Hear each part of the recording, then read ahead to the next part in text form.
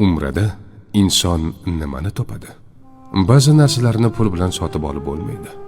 Masalan, qalb xotirjamligini. Umraga borgan inson aynan shuni topadi. Ka'ba qarshisida turgan paytida inson ichidagi yillar davomida yig'ilib qolgan og'riqlar asta chiqib ketadi. U yerda hech kim sizni tanimaydi. Kimligingiz muhim emas, boymisiz, kambag'almi farqi yo'q. Hamma bir xil kiyimda, hamma bir xil duoda, hamma bir xil umidda. Va inson ilk bor o'zini Allohga juda yaqin his qiladi.